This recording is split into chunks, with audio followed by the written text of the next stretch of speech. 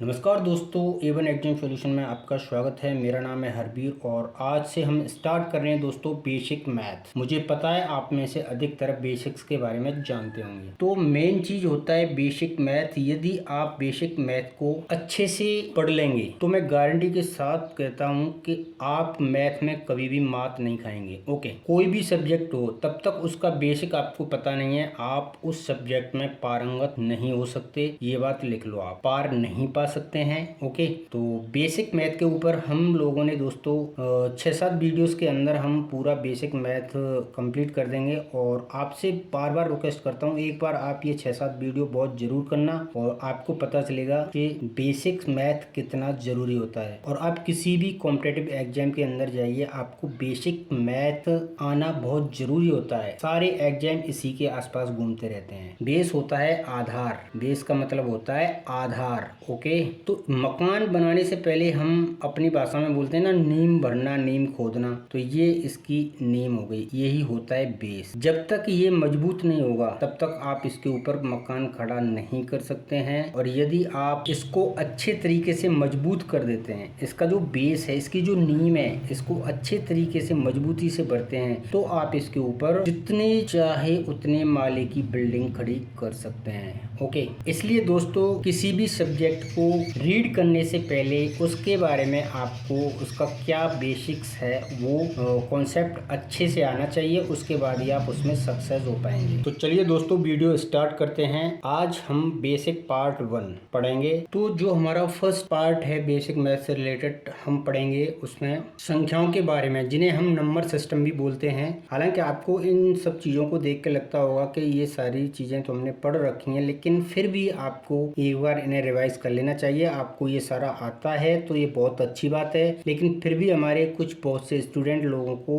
अभी अच्छे से इनके बारे में पता नहीं है। हालांकि इनके बारे में अधिकतर लोगों को पता ही रहता है, लेकिन अगले वीडियोस में हम बेसिक मैथ के बारे में और भी अच्छी अच्छी चीजें आपको बताएंगे। तो यहाँ सबसे फर्स्ट में है दोस्तों प्राकृत संख्या। प्राकृत संख्या को इंग्लिश में बोलते हैं नेचुरल नंबर। ओके, तो इसकी हम परिभाषा आप देख सकते हैं, गिनती की संख्या को प्राकृत संख्या कहते हैं। ओके, गिनती मतलब जो 1 2 3 4 5, जब हमारा बच्चा स्टार्ट करता है स्कूल जाना, जैसे LKG UKG में जाता है, तो सबसे पहले वहाँ उसे गिनती वगैरह यही सब कुछ सिखाया जाता है। तो उन्हीं गिनती को हम क्या बोलते हैं, प्राकृत संख्या, जिन्हें हम इंग्लिश में बोलते हैं नेचुरल नंबर्स। ओके, जो कि 1 से स्टार्ट होती हैं और अनंत तक चलती हैं, इनका कोई अंत नहीं है। ओके, ये होती है हमारी प्राकृत संख्याएं। सेकंड होती है दोस्तों पूर्ण संख्याएं। पूर्ण संख्या, होल नंबर इन्हें इंग्लिश में बोलते हैं। जैसा कि इसका नाम है पूर्ण, पूर्ण मतलब इसमें एक शून्य और लगा देते हैं, यानी कि प्राकृत संख्या से पहले शून्य लगा देने पर वह संख्या पूर्ण संख्या बन जाती है। ओके, प्राकृत संख्या तो हमारी 1 से स्टार्ट होती है और पूर्ण संख्या हमारी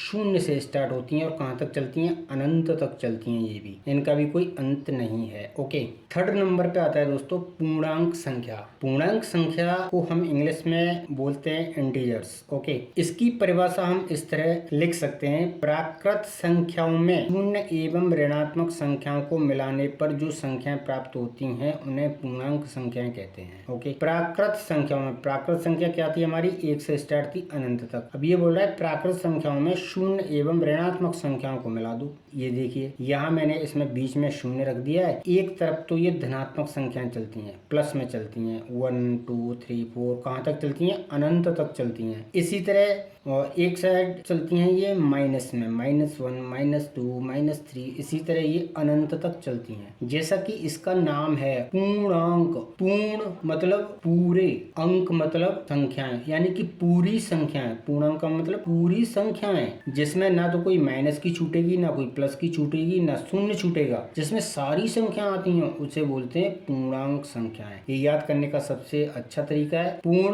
पूरी मतलब सारी, अंक संख्याएं यानी सारी संख्याएं जिसमें माइनस प्लस शून्य सब कुछ आ जाए, वो होती हैं पूर्णांक संख्या। ओके, फोर्थ नंबर पे, 4 नंबर पे आती है दोस्तों हमारी सम संख्या, जिसे हम इंग्लिश में बोलते हैं इवन नंबर्स। ओके, अब इसकी परिभाषा हम इस तरह लिख सकते हैं, वह संख्या जिसमें 2 से भाग देने पर पूरा पूरा भाग लग जाए उसे सम संख्या कहते हैं। अब यहाँ पर एग्जाम्पल देख लेते हैं दोस्तों, जैसे 0 2 4 6 8, इस तरह ये अनंत तक चलती हैं, यानी कि वह संख्याएं इनमें 2 से भाग देने पर पूरा पूरा भाग जाए। हम 2 का भाग 2 में देंगे, 1 बार जाएगा, 4 में देंगे 2 बार जाएगा पूरा पूरा, 6 में 3 बार। इसी तरह 2 का भाग पूरा पूरा जाता है, वो सारी संख्याएं सम संख्या कहलाती हैं। अभी हम इसका एग्जाम्पल भी करके देखेंगे दोस्तों।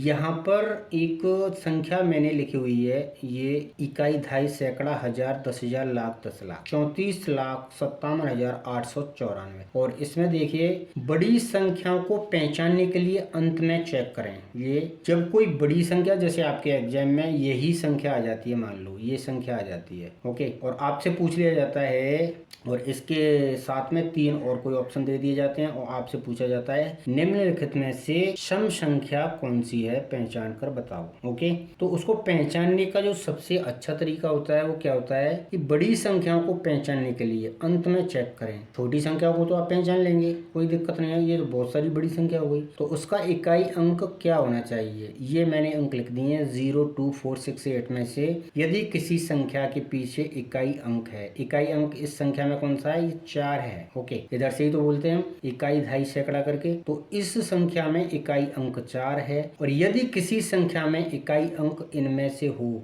0 हो, 2 हो, 4 हो, 6 हो, 8 हो, तो वो संख्या क्या कहलाएगी, सम संख्या कहलाएगी। आपको सिर्फ इकाई अंक देखना है, कितनी भी बड़ी संख्या सही, अगर इनमें से कोई इकाई अंक है तो वो सम संख्या कहलाएगी। ओके, जैसे हम यहाँ पे कोई एग्जाम्पल ले लेते हैं दोस्तों, 4,592, इसमें इकाई अंक 2 आ रहा है, 2 इकाई अंक आ रहा है, देखो इसमें भी है। 0, 2, 4, 6, 8 में से पीछे कोई भी इकाई अंक आता है तो वो सम संख्या कहलाएगी, सम संख्या कहलाएगी। ओके, 10,548 इकाई अंक 8 आ रहा है, यानी 0, 2, 4, 6, 8 इनमें से कितनी भी बड़ी संख्या हो, अगर कोई इकाई अंक आ रहा है तो वो संख्या सम संख्या कहलाएगी। इस तरह के क्वेश्चन एग्जाम में आते रहते हैं। ओके, नेक्स्ट विषम संख्या। ओके, विषम संख्या की हम परिभाषा इस तरह बोल सकते हैं, वह संख्या जिसमें 2 का पूरा पूरा भाग नहीं जाए, मतलब सम संख्या का बिल्कुल अपोजिट। ओके, सम संख्या में क्या था, वह संख्या जिसमें 2 से भाग चला जाए पूरा पूरा और उसका उल्टा कर दो, विषम संख्या हो जाएगी। वह संख्या जिसमें 2 का पूरा पूरा भाग नहीं जाए उसे विषम संख्या कहते हैं। जैसे यहाँ पर आप देख सकते हैं 1, 3, 5, 7, 9, इस तरह ये सब क्या है, विषम संख्याएं हैं। ओके, और ये मैंने एक संख्या यहाँ पे लिख दी है। अब इसमें आप देखिए जो इकाई अंक है 7 है, इनमें से नहीं, तो ये क्या है, एक विषम संख्या है। यदि 0, 2, 4, 6, 8 में से यहाँ पे कोई अंक होता तो ये सम संख्या कहलाती, लेकिन इनमें से कोई इसका इकाई अंक नहीं है तो ये विषम संख्या है। ओके,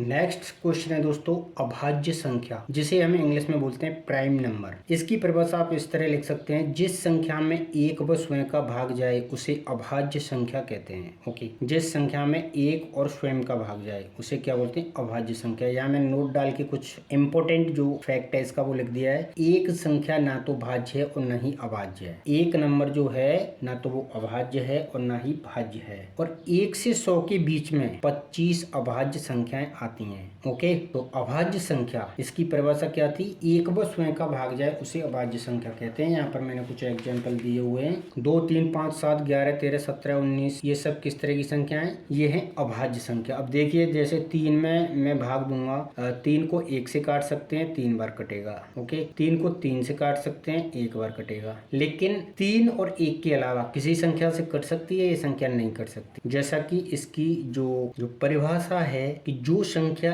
1 और स्वयं, यानी कि 3 जो है 1 से कट रही है और स्वयं मतलब 3 से कटेगी। इसी तरह 5 देखिए, 5 को आप 1 से काट सकते हैं 5 बार, 5 को आप 5 से काट सकते हैं 1 बार। जो संख्या 1 से और स्वयं उसी संख्या से कट सकती है वही क्या होती है, अभाज्य संख्या होती है। ओके, नेक्स्ट देखते हैं, ये होती है दोस्तों भाज्य संख्या, जिसे हम इंग्लिश में बोलते हैं कंपोजिट नंबर। जिस संख्या में एक व स्वयं के अलावा भी किसी संख्या का भाग जाए, बिल्कुल उसका अपोजिट हो गया, जैसे सम विषम का था। ओके, यानी जिस संख्या में एक व स्वयं के अलावा किसी भी संख्या का भाग जाए, यानी कि 1 को छोड़ दो और स्वयं उसी संख्या को छोड़ दो और बाकी तीसरी संख्या से भी यदि वो विभाजित होती है तो वो एक भाज्य संख्या कहलाती है। यहाँ देखिए 1 से 100 के बीच में 74 भाज्य संख्याएं होती हैं और आप इसे इस तरह भी डिफाइन कर सकते हैं कि 1 से 100 के बीच में 25 अभाज्य अभाज्य संख्याएं हो गई और 74 कितनी हो गई? भाज्य संख्याएं। 74 और 25 99, एक जो कि न भाज्य होती है न अभाज्य।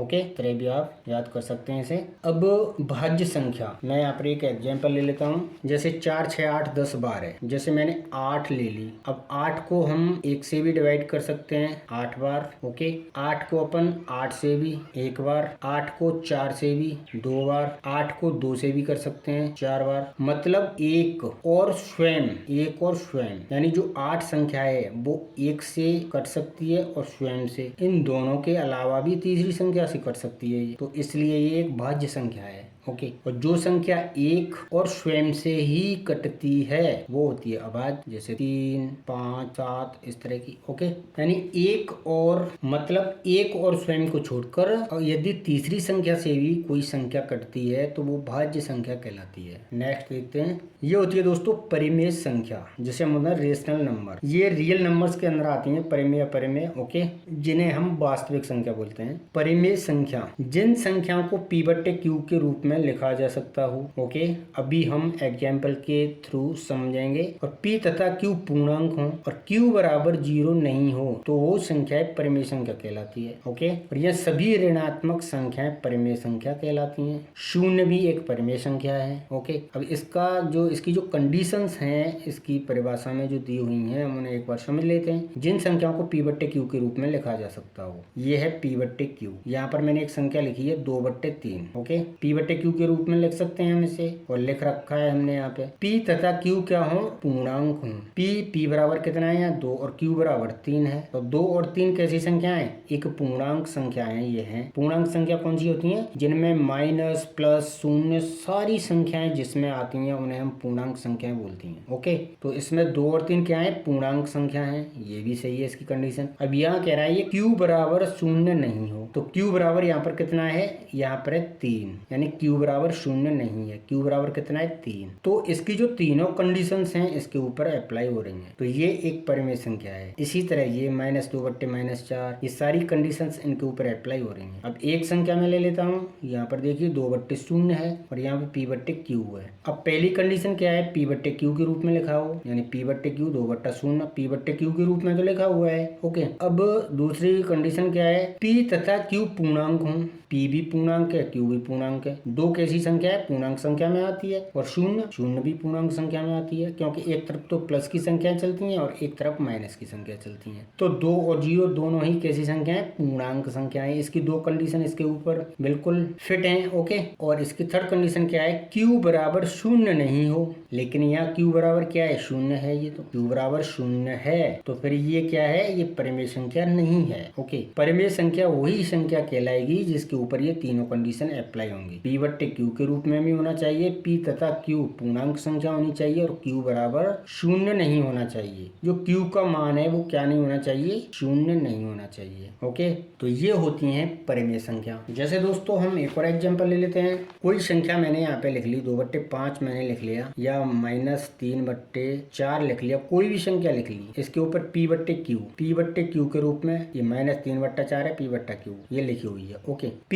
और q क्या होने चाहिए? पूर्णांक। p और q क्या होने चाहिए? पूर्णांक। यानी कि p -3 पूर्णांक संख्या में आती है और 4 भी पूर्णांक संख्या में आती है। ओके, तो ये किस तरह की, और हाँ सॉरी, q बराबर 0 नहीं होना चाहिए। अब यहाँ q का मान कितना दे रखा है? 4 दे रखा है, q का मान 0 नहीं है, तो ये कैसी संख्या है? ये एक परिमेय संख्या है। कैसी संख्या है? परिमेय संख्या। और यहीं पे मैं कोई संख्या ले लेता हूँ, 7/0 ले लिया मैंने। अब ये p/q के रूप में तो है, और p और q क्या है? पूर्णांक भी हैं। p और q पूर्णांक भी हैं। p का मान 7 हो गया, जो पूर्णांक संख्या के अंदर आती है 7। q का मान 0 हो गया, ये भी पूर्णांक संख्या में आती है। पूर्णांक संख्या जो कि अभी अभी हमने पढ़ा है इसी वीडियो में, 0 इधर चलेगा, 1 2 3 इस तरह, इधर माइनस का चलता है, -1 -2 -3, इस तरह पूर्णांक के अंदर सारी संख्या आती हैं। तो ये दोनों आ रही हैं, पूर्णांक भी है, बट लेकिन जो q बराबर यहाँ पर 0 आ रहा है, q का मान कितना आ रहा है? 0 आ रहा है, जबकि कंडीशन क्या है? q